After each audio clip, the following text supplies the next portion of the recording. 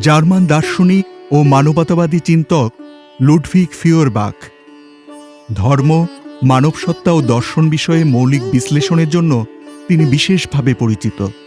তাঁর বিখ্যাত কাজ দ্য এসেন্স অব ক্রিশ্চিয়ানিটি তাঁর ভাবনায় মানুষের ঈশ্বর দর্শন নিজের আদর্শ গুণাবলীর প্রতিফলন। তাঁর চিন্তাধারা পরবর্তীকালে কার্ল মার্কস এবং ফ্রেডরিক অ্যাঙ্গেলসের ওপর গভীর প্রভাব ফেলেছে।